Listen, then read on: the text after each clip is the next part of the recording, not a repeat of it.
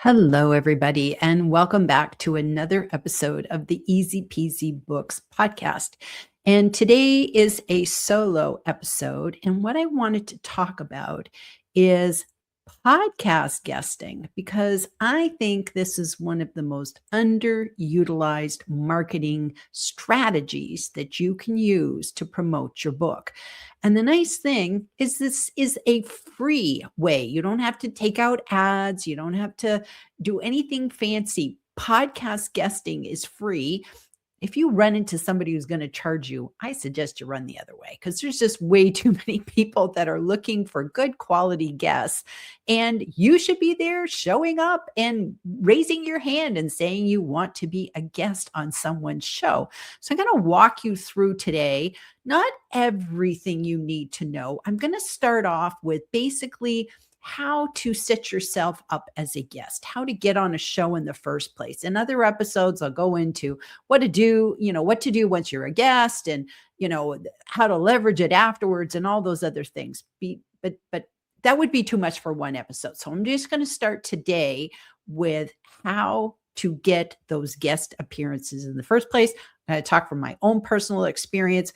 And the thing that I think is unique about me, doing this topic today, is I have been on both sides of the mic.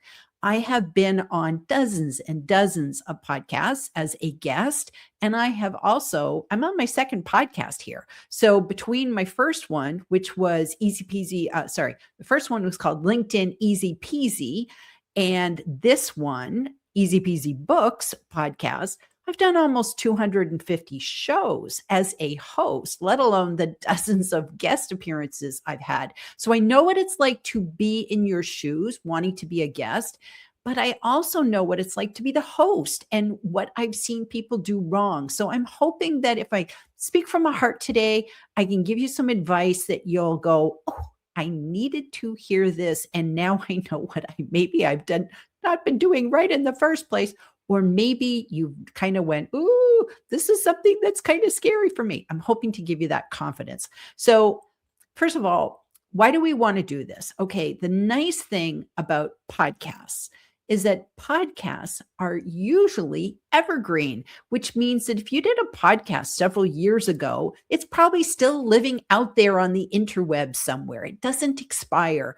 Whereas a social media post, it's like we posted, it's one and done. And, kind of people go, I never saw that again. It just like seems to disappear. So podcasts are sort of that foundational,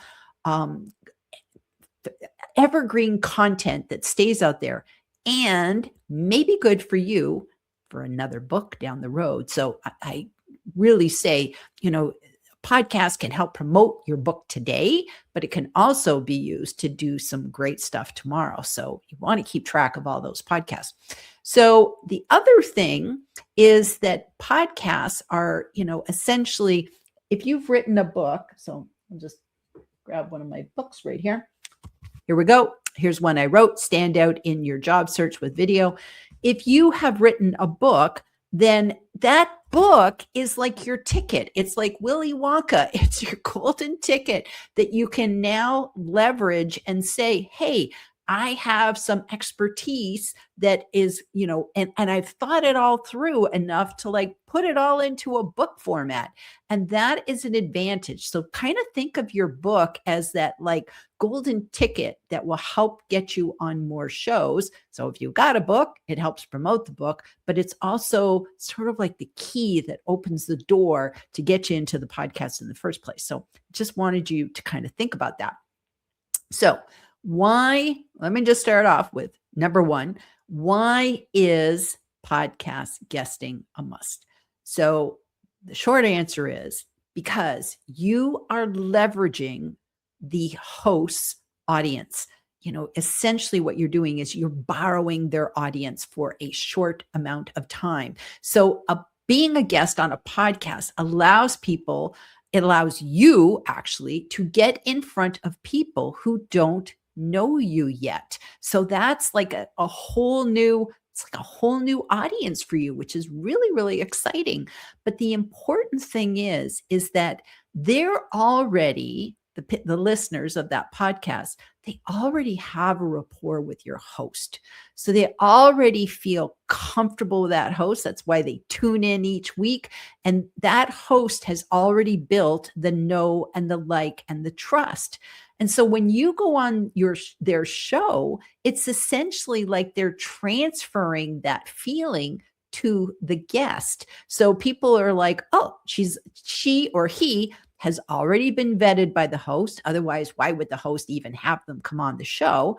And so they kind of relax and they're ready and more receptive to listening to you. Whereas if you're starting your own podcast from scratch, you could be, belting out episodes and nobody knows who you are yet. You're not a proven thing. So you have to attract that audience. Well, now with podcast guesting, you are going to a known audience that's already existing with a wonderful host that's going to be vouching for you, or else they wouldn't have you on your show. So that, I think, is really important. Okay. So now I'm going to move on to point number two. And that is, you want to basically start with relationship building to get your podcast spots as opposed to cold pitching. Now, I know there's lots of tools out there, Podmatch, and I don't even know the formal name because I don't use any of them. But I'm going to tell you that if you are a small business owner, a consultant, a coach, whatever, you might want to just start small and move up, as opposed to trying to be on the fanciest podcast. We're all not going to get on, we're not going to get on Oprah. It's going to take a lot before we get on Oprah. So we have to kind of work up to it, so whatever your goal is, you probably out of the gate can't go to those top, huge experiences, those huge shows. Have to, I'm not going to get on Marie Forleo. Yeah, maybe one day, but not right now. So the thing is, we have to kind of do it in baby steps. So I like to start with relationship building, and I've done cold pitches, but it's much easier if you go through a warm market. And what I mean by that is having somebody who will basically do the introductions for you. So my very, very first podcast was with Peter Sumpton, and it was the Marketing Study Lab. And that was back in, I believe, February 2020. I think it was just before COVID hit, actually. And I got that. That was my very, very, very first podcast interview. And how I got on that show was I was a friend, a colleague of John Asperian. And John Asperian knew me. He knew my content. He knew that I was a lead with value. And so he felt really comfortable kind of vouching for me and letting Peter know, hey, Gillian has a lot to offer. Back then, I was all into video. And so that was the expertise I was coming on. So John, number one, knew I had the expertise to do it. And number two, I was a known. He knew me personally. And number three, my content was out there. I already had video on LinkedIn and I had video on YouTube. So I had proven myself. I just didn't have an actual guest appearance yet. And so that's what I mean by a warm market. And to be honest with you, I have only pitched once in my entire career to be on a show. I'll tell you about that in a second. Every other show, every other guest appearance was either a referral. Somebody, sent me a DM and then they said, hey, I heard from so-and-so. They were on my show. They referred me to you. They said you'd be a great guest, blah, blah, blah, blah, blah. And I got the thing. Or it was just literally just somebody who I'm already, I already talk with, I knew, and they were like, you should come on my show. And it was like just that easy. It was just that easy. So I've never had to use any of those services. So that's just sort of my take. So here was my cold pitch. So that was my warm pitch, and it wasn't even a pitch. It was like my warm introduction through John Asperian to my very, very first podcast appearance. And it was great. It went so well. Peter was a fabulous host. I got to cut my teeth, on podcasting with one of the most nicest wonderful people. Peter was so amazing with how he interviewed me and asked me questions. And I was just so nervous. I thought I had to show up with statistics and I couldn't remember anything. And Peter was just like, it's okay. He was just so good. So it's nice to have a host who knows you're nervous and will help you. So now I'll go to the pitch, the cold pitch that I did. So one day I was listening, and I don't want to embarrass anybody, so I'm not going to name any names, but I was listening to a marketing podcast and I really, really enjoyed this woman's show. I listened to it all the time. I was always out and walking. And one time she said at the end of the show, we're always looking for guests. And so if you'd be interested in being a guest on our podcast, go ahead and, send me an email. So I thought, oh, okay, like you got to kind of move outside your comfort zone and this and that. So I sent an email and I got a sort of one of those, thanks. We got lots of responses. If we're interested, we'll be in touch. Well, they were never in touch. So obviously I didn't make the cut. But now in retrospect, I wrote a very nice email. I did everything right in terms of pitching myself, and I'll talk about, what you should do in a minute. But I did it right in terms of, how to reach out. I was familiar with the show. I knew what I could add to the show. But back then, I had a really small network. Maybe I only had about 1,000 followers on LinkedIn, something like that. I was just sort of getting started with LinkedIn. And the thing is that this was a big show. This was like a Marie Forleo show in terms of, the clout that being a guest on this show had. And now in retrospect, I just didn't have the platform to support it. I wasn't known enough. I wasn't established enough. So in hindsight, that kind of probably stopped me from ever pitching again. And one day, maybe I'll stop getting referrals and I'll have to start pitching again. But now I know that you have to really kind of say, am I a good fit? And to be honest with you, I don't think I was a good fit. I was too new. I was too new to podcasting. So podcast guesting. And I hadn't even done my own show yet. So, I was learning and that's cool. That's cool. So the next thing is how to find that right fit. Because it's kind of like shoes. You put shoes on and it's like the shoes look nice and this and that. Then you put them on and then you got to walk around in them, right? You can't just like take a pair of shoes and say, oh, they look good. You've got to walk around and see if they're a good fit. Not just that they fit, that they're a good fit. And I think this is really, really important that you start with your book. You want to think about your ideal reader. Who is that person that's writing, that you wrote that book to? Because I always say, if you write to everyone, you're actually writing to no one. And the same thing is with podcasts. You want to find the shows that are a right fit in terms of, if you want to get people interested in your book, you want to have your podcast. You want to choose a podcast that has your ideal reader in the audience, because at the end of the day, otherwise you're just wasting your time. Why do that?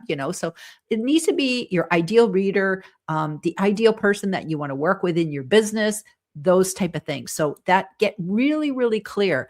And then once you kind of think about, okay, who is my ideal reader? So then if I take that in the perspective of podcasting, what podcasts are my ideal reader listening to? So for instance, with me, if I was looking for this book, which was about how to feel comfortable on camera, well, a lot of times introverts don't feel comfortable on camera. And so I might be looking for podcasts that are going to attract introverts, so those are just like a simple way. If I wrote a book that was about, helping women who have kids and they want to do something, well, then I'm going to find a podcast that moms listen to. So it just makes sense, make that connection between where is my ideal reader listening and then figure out what those podcasts are. So I think that's really important. And the other thing too is search, you search for ones and you want to make sure that you find them by either looking on Apple Podcasts, Spotify, but there's also a really nice tool I like to use. And I think I got to look it up. It is Listen Notes. Listen, I have no notes here. So I don't have a teleprompter. So I have to just kind of remember things. And I have a couple of things just jotted down so I stay on track. But Listen Notes is a fabulous tool. And what you can do is you can go in and you can type in the search. It doesn't cost anything. I think you have to, if you do a lot, they might ask you to sign in. So you just come back another day or whatever. And you can't really download anything. I think you have to have a premium account for that. But to just do sort of basic Google searching, you can go to Listen Notes and then you can type in your topic. So for instance, if I wrote a book about how to help people write business books. So I could type in business books as my topic. And then it would show me podcasts where they had an episode that was similar. So I could look through it and say, oh my gosh, this is so similar to what I would want to talk about, but I would have this angle or that angle or something different. So that's what you want to do is you want to go and find those shows. And then you want to follow that up by now doing the homework and listening to them, because there's nothing in the world worse for a podcast host when you haven't figured out you really like my show. Yeah. So, and here's a ninja tip. If you listen to a show and you like it and you think, I'd like to be a guest on this podcast, the ninja tip is go and write a review. Write a review for that podcast so that you get on their radar. That way they know, number one, you actually are a listener and you are kind enough that you took the time to write a review, because then that means you're going to come as a value add. You're going to show up on that podcast, and afterwards, you're probably going to help promote the episode. You're going to send it out. You're not going to be one of these, sometimes people kind of get lazy. They'll come on your show and then they're like the queen. They just like wave and they leave and they never help you. They never send it out to their network. It's just kind of one and done. And you're just like, well, that's weird, because this could be a win-win for both of us, if you promote the show. So when you do that review in advance, people really know that you did your homework and you were kind enough to leave a review. So I think that's really important to do that. So those are some of the things I use. So moving on to item number 4, before you pitch, this is what you want to do. And this is where I'm going to go put my podcast host hat back on, because there are certain things that I go, I know that these people, they did not do this right. They did not do their homework. So the first one is people that show up and have absolutely no idea what my podcast is about. It's just like, you're just like, what did you just see my name, podcast host? Like you didn't even see the name of my show. Like, come on, it's the Easy Peasy Books podcast. It has something to do with books. And I've had realtors, I've had accountants, I've had people that had nothing. Maybe the accountant thought it was bookkeeping. I don't know, keeping the Easy Peasy books, it's bookkeeping or something. I don't know. But it's obvious that they did not do their homework, because they show up and you're just like, no, you have nothing related to my show at all. It was like my audience would just say, what did Gillian or brain explode? Why is this person a guest on the podcast? So no. Do your homework first and make sure that the content is appropriate. And then the second thing is, do your homework and go and watch the show or listen to the show and know, is it audio only? Is it audio plus video? Is it a live that gets repurposed into a podcast? And that was, for me, the biggest thing when I was doing the LinkedIn Easy Peasy podcast. I would have people that would say, I want to be a guest on your podcast, blah, blah, blah, blah. And they'd go into their whole spiel. And then I would always tell them, but I do a live first. Are you okay with that? And they were like, oh my gosh, no, I don't want to do a live. I would never want to do a live. And it's like, okay, well, you've wasted my time and your time. So kind of know the format, know if it's like, is it a 10-minute thing? Is it a 30-minute show? Is it like, sort of a Joe Rogan 3-hour podcast? Like, know those things before you apply, because otherwise it's kind of sloppy. And even know that it's an appropriate show to have a guest. Like, for instance, John Asperian, I'll go ahead and talk about John Asperian again. He inherited the LinkedIn Formed, it's called the Informed podcast. Sorry, it used to be LinkedIn Informed, but now it's called the Informed podcast. So he inherited this from Mark Williams, and he is now the host of the show. By the way, he's doing a fabulous job.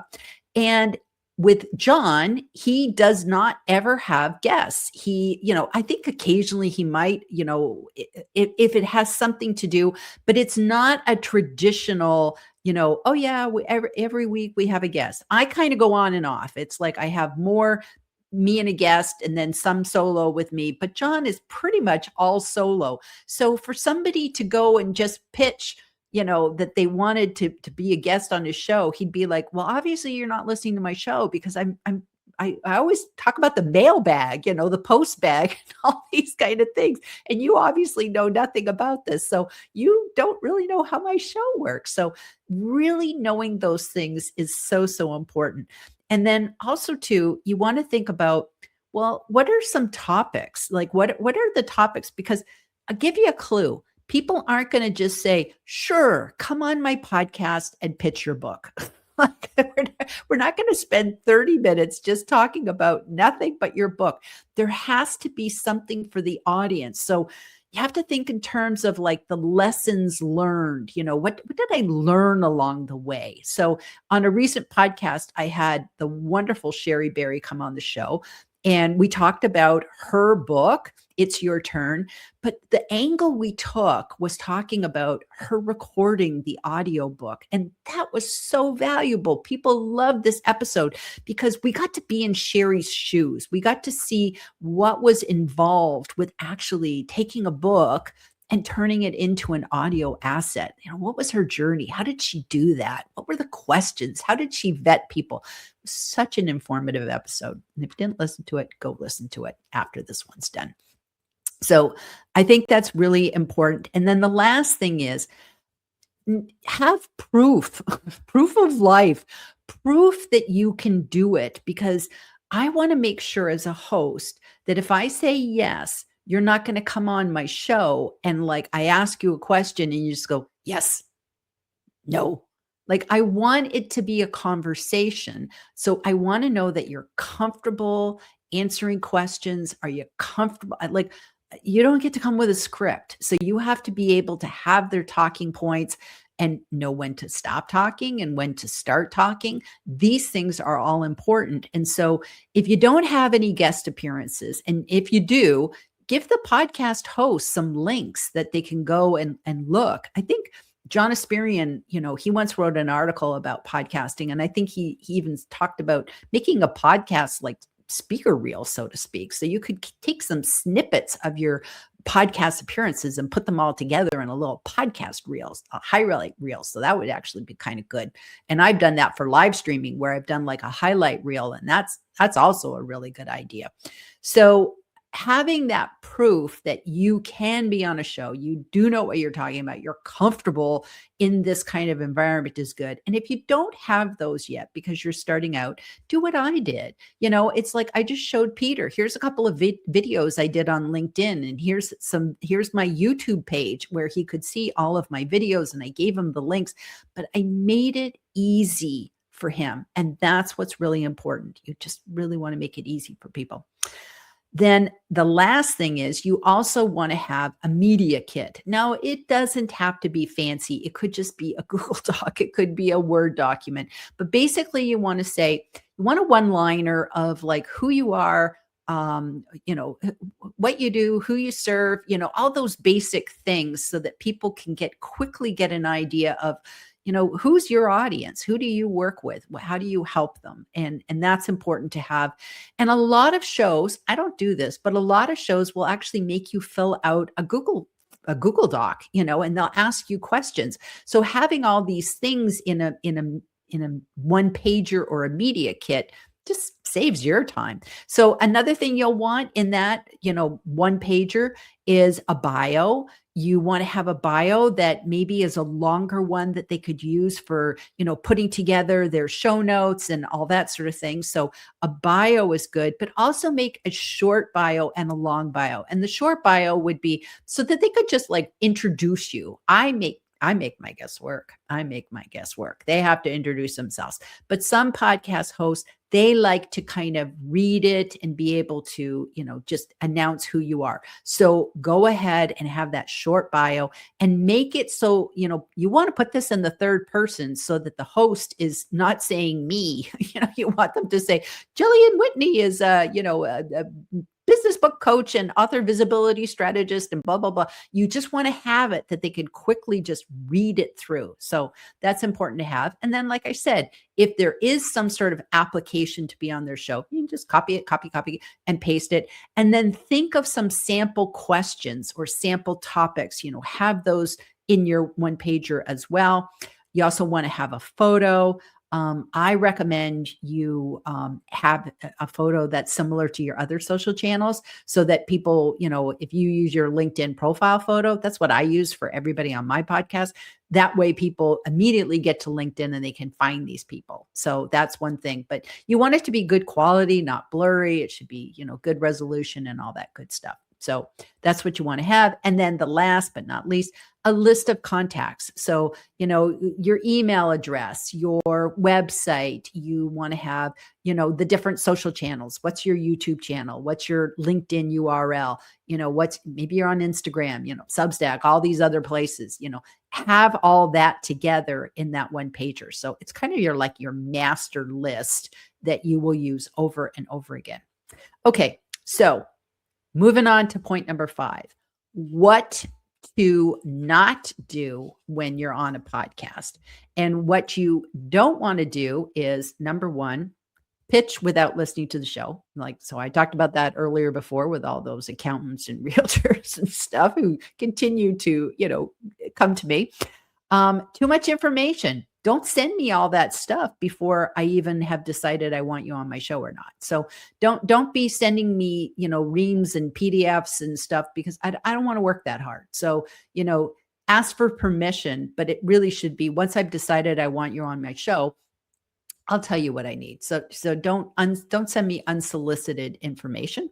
And this is the most important thing. Don't go dark. I have that all the time where it's like people say they want to be on my show.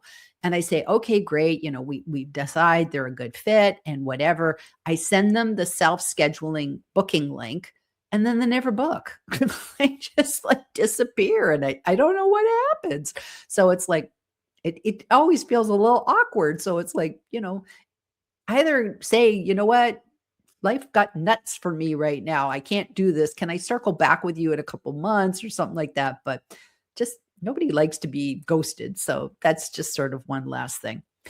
So the last thing that I want to just sort of say in closing is I want to give you homework. I want to give you homework that I think what would really be good for you as an author is to follow up on everything I said today and go and find 5 different podcasts that you feel would be a good fit.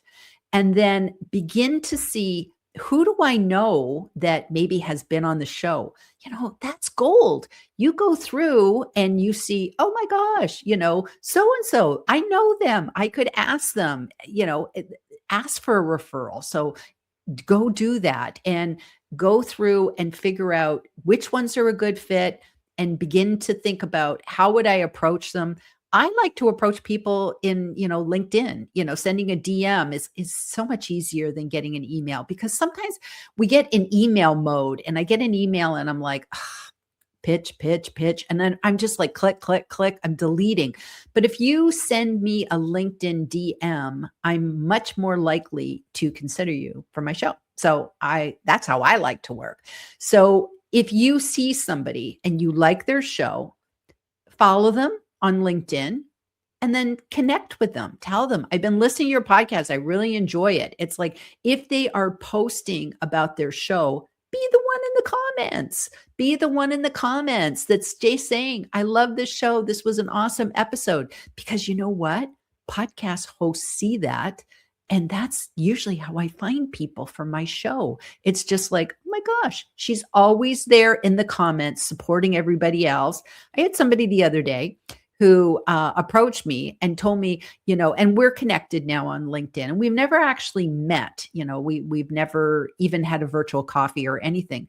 And the other day, she sent me a note about, oh, I wanted to just, let you know about this other woman. I thought she'd be a good fit for your show. And she sent me the post, and she had a new book coming out and this and that. And I looked, and then I said, yeah, she would be good. But you know what? You'd be better. I know you. I know you. Why? You need to be on my show. So anyway, she's going to come on my show. So it's kind of fun. So get on their radar by following them, connecting with them when it's the right time, and being supportive of their show, because you will get noticed, and you might find you don't even have to pitch. Somebody will come and invite you in. So that's what I suggest for you. I will do some follow-up episodes on podcast guesting, and we'll kind of go on to the next steps later on in the next couple of weeks or so. But I hope you enjoyed this. It's a wonderful way to promote your book, like I said, for free. And I'm telling you, if people try to charge you, run, run, don't walk, because nobody should have to pay for this. It's a wonderful thing. Podcasting is a win-win for the host and the guest when you're aligned and it all works together. Okay, so that's it for me today on this solo episode of the Easy Peasy Books podcast. And we'll see you all, or hear you all, or hear me next, whatever, here next time. Okay, bye everybody.